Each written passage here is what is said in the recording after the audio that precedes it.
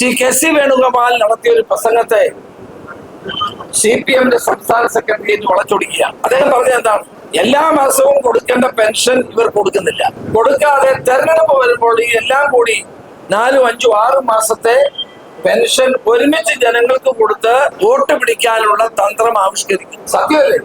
കഴിഞ്ഞ നിയമസഭാ തെരഞ്ഞെടുപ്പിന് മുമ്പ് 7 മാസത്തെ പെൻഷൻ ഒരുമിച്ചാ കൊടുത്തത്. കുട്ടികൾക്ക് കൊടുക്കേണ്ട ഉച്ചക്കഞ്ഞിയുടെ അരി മാസങ്ങളോളം കൊടുക്കാതിരുന്നിട്ട് ഏറ്റവും അവസാന തെരഞ്ഞെടുപ്പിന് 2 ആഴ്ച ഉള്ളപ്പോഴാണ് കൊടുത്തത്. ഞാൻ അതിനെതിരായി ഇലക്ഷൻ കമ്മീഷനെതിരെ പോയത് എന്തെല്ലാം പുകരായിരുന്നു. അപ്പോൾ പാർലമെന്റ് തെരഞ്ഞെടുപ്പിന് മുമ്പ് തന്നെ ഇത് ചെയ്തു.